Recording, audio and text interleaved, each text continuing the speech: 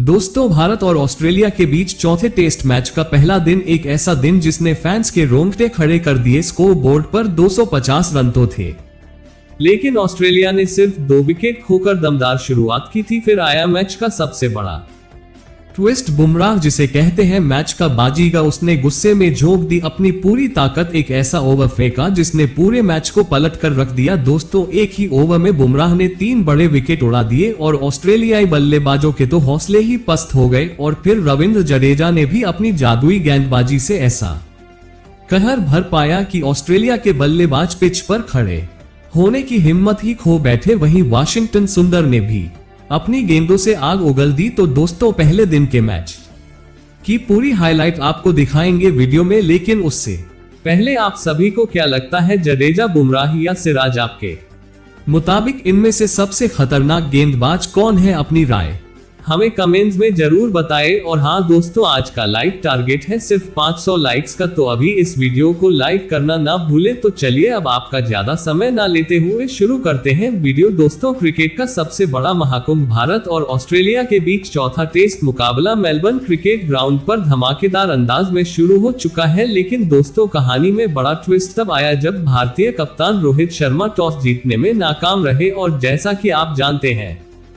MCG की यह pitch शुरुआत में बल्लेबाजों के लिए स्वर्ग होती है और ऑस्ट्रेलियाई कप्तान ने इस मौके का भरपूर फायदा उठाते हुए पहले बल्लेबाजी करने का फैसला किया। क्या यह फैसला भारत के लिए भारी पड़ जाएगा, इसका अंदाजा किसी को भी नहीं था। क्योंकि दोस्तों, जब ऑस्ट्रेलिया की टीम बल्लेबाजी के लिए उतरी तो यहां ऑस्ट्रेलिया की तरफ से सलामी बल्लेबाज उस्मान ख्वाजा और सैम कोस्टास ने पारी की शुरुआत की। अब भारतीय गेंदबाजों की कमर इन दोनों बल्लेबाजों ने ही शुरुआत में तोड़कर रख दी। दोनों ने भारतीय गेंदबाजी लाइनअप को ऐसा धोया कि कोई भी गेंदबाज इन्हें रोकने में कामयाब नहीं हो सका। और सैम ने तो सिर्फ 48 गेंदों में अपना अर्धशतक पूरा कर लिया और एक के बाद एक ऐसे चौके की बरसात कर दी। दूसरी तरफ उस्मान ख्वाजा को भी इतना कॉन्फिडेंस आ गया कि वह भी मैदान पर जमकर रन बरसाने लग गए। अब यहां उस्मान ने भी 50 रन ठोकते हुए भारत के लिए एक और बड़ी चुनौती पेश कर दी थी। क्योंकि दोस्तों, एक तो कोस्टास और दूसरे उस्मान दोनों बल्लेबाज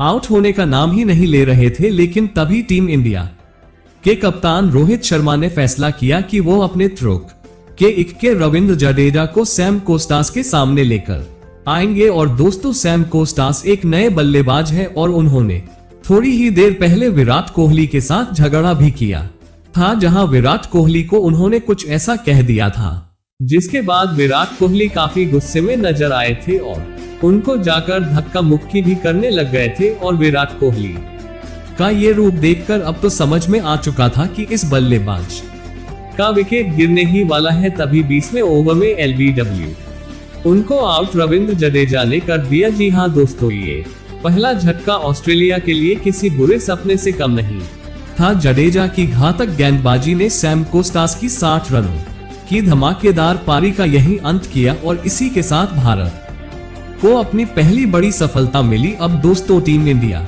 ने जब पहला बड़ा विकेट झटका तो इस बात का अभी भी नहीं पता था कि ऑस्ट्रेलिया के और कौन कौन से बल्लेबाज यहां ताबड़तोड़ रन बरसाएं। क्योंकि अब उस्मान ख्वाजा का साथ निभाने के लिए तीसरे नंबर पर बल्लेबाजी करने माज लाबू सेन उतर गए। अब उन्होंने माज लाबू सेन के साथ मिलकर पारी को संभालने की कोशिश की। लेकिन दोस्तों, जसप्रीत बुमराह ने भारतीय टीम की वापसी की स्क्रिप्ट लिख दी। हुआ ये कि बुमराह की घातक गेंद पर ख्वाजा 57 रन बनाकर पवेलियन लौट गए। और यहां उस्मान ख्वाजा का विकेट मिलना बहुत जरूरी था, क्योंकि अगर यह एक बल्लेबाज ऐसा है जो जाता है तो फिर मैदान पर रनों की बरसात हो जाती है और ऑस्ट्रेलिया की टीम हो सकता था कि यहां से 285 रन का आंकड़ा पार कर देती बिना कोई विकेट खोए। अब उस्मान जब 57 रन बनाकर आउट हुए तो यहां भारत की टीम काफी खुश हो गई, क्योंकि केएल राहुल ने भी यह बड़ा आसान सा कैच लेकर कोई गलती नहीं की। अब यहां जब उस्मान ख्वाजा आउट हुए थे तब 154 रन का स्कोर बन पाया था और उस्मान ख्वाजा का विकेट भारत को जब मिला तो टीम इंडिया के बस 2 ही गेंदबाज ऐसे थे जिन्होंने थोड़ी किफायती गेंदबाजी करवाई, वरना आकाशदीप और मोहम्मद सिराज को तो इस सूची में जोड़ा ही ना जाए तो ज्यादा अच्छा होगा, क्योंकि दोनों गेंदबाजों ने 1313 ओवर डाले और इस दौरान 70 से 80 रन पड़वा दिए, जो कि भारत की टीम अफोर्ड स्टेज में आकर बिल्कुल भी नहीं कर सकती थी। अब माज लाबू सेन और स्टीव स्मिथ मैदान पर टिके हुए थे, जहां चौथे नंबर पर बल्लेबाजी करने उतरे स्टीव स्मिथ अब जानते थे कि मेलबर्न में उनको एक काफी अच्छी बढ़त मिल चुकी है और यहां से अगर हम वापसी करने में कामयाब रहे तो टीम इंडिया के लिए मुसीबतें हम खड़ी कर सकते हैं। और इस दौरान मर्न सलाम हुसैन और स्टीव स्मिथ ने मिलकर पारी को संभाल लिया, जहां एक समय ऐसा था जब विकेट ऑस्ट्रेलिया की टीम का 154 रन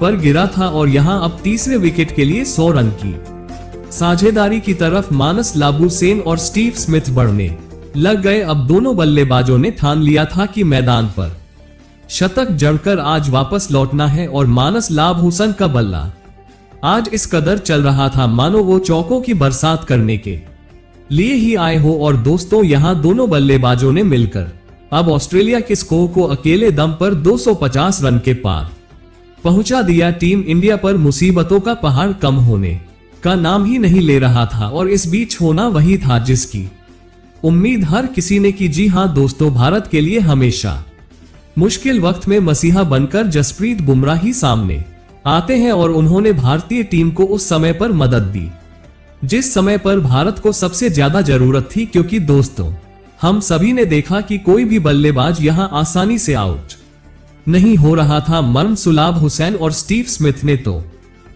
डेरा ही जमा लिया था। तब जसप्रीत बुमराह ने ठीक वाशिंगटन सुंदर के 66वें ओवर से पहले 65वां ओवर करवाया और यहां पर बुमराह ने स्टीव स्मिथ और मानस लाबुसेन को संकेत दे दिए थे कि अब एक बल्लेबाज का विकेट गिरने वाला है और ये जो दबाव बुमराह ने बनाया था उसका फायदा अगले ओवर में आकर पहली ही गेंद पर मानस लाबुसेन को आउट करके वाशिंगटन सुंदर ने उठाया। जी हां दोस्तों, वाशिंगटन सुंदर यहां जब 66वां ओवर करवाने के लिए आए तो उन्होंने माज लाबुसेन के लिए पूरा सेटअप किया और विराट कोहली को पहले से ही उन्होंने तैनात कर दिया था मिड ऑफ की दिशा में। और यहां वाशिंगटन सुंदर ने आउटसाइड ऑफ गेंदबाजी करी, जिस पर माज लाबुसेन पूरी तरह भौचक्के हो गए और यहां मिड ऑफ की दिशा में वो शॉट खेल बैठे जहां विराट कोहली पहले से ही तैनात थे और जसप्रीत बुमराह के कहने पर ही यह सब हुआ, जहां माज लाबुसेन का विकेट भारत की टीम को मिला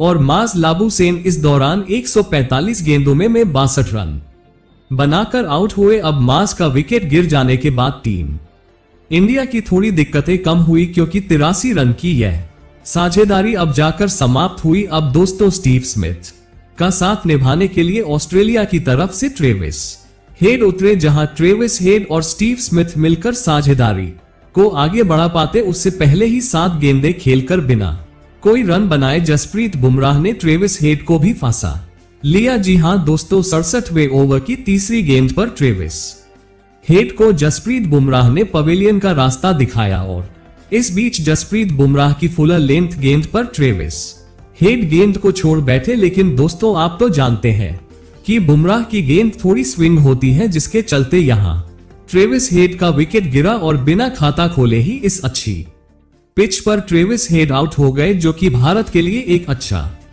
संकेत था। अब यहां स्टीव स्मिथ और मिचेल मार्श कुछ देर तक मैदान में टिके रहे, लेकिन मिचेल मार्श को जसप्रीत बुमराह ने ऋषभ पंत के हाथों कैच आउट करवाकर ऑस्ट्रेलिया की कमर तोड़ दी थी, जहां मार्श भी केवल 4 रन बना पाए और 246 रनों पर टीम इंडिया ने ऑस्ट्रेलिया के 5 बल्लेबाजों को पवेलियन का रास्ता दिखा दिया था। उनके आउट होने के बाद मैदान में आए थे एलेक्स कैरी। दूसरी तरफ स्मिथ का बल्ला आग उगल रहा था। इस खिलाड़ी ने पहले अपनी टीम को 250 रनों के पार पहुंचाया तो फिर देखते ही देखते अपनी तूफानी 50 भी ठोक दी थी। उन्होंने टीम इंडिया की नाक में दम कर दिया था। हालांकि दूसरी तरफ एलेक्स कैरी के रूप में टीम इंडिया को 6वीं सफलता हासिल हुई, जिन्हें आकाशदीप ने पवेलियन का रास्ता दिखाया, लेकिन जाने से पहले उन्होंने भी 31 रन बनाए थे। लेकिन दोस्तों, पहले दिन का खेल खत्म होने का ऑस्ट्रेलिया ने 66 ओवर में 311 रन 6 विकेट के नुकसान पर बना लिए थे। स्टीव स्मिथ 68 तो वहीं पर कमिंस 8 रन बनाकर नाबाद थे और भारत के लिए जसप्रीत बुमराह ने सबसे अधिक 3 सफलताएं हासिल की थी। लेकिन दोस्तों, पहले दिन का खेल देख लेने के बाद अब आपको क्या लगता है कि टीम इंडिया ये चौथा टेस्ट मैच जीत पाएगी या फिर नहीं? अपनी कीमती राय नीचे कमेंट करके जरूर बताइए और ऐसी ही नई और धमाकेदार खबरें सबसे पहले जानने के लिए हमारे इस वीडियो को लाइक और चैनल को सब्सक्राइब करना तो बिल्कुल भी ना भूले। धन्यवाद।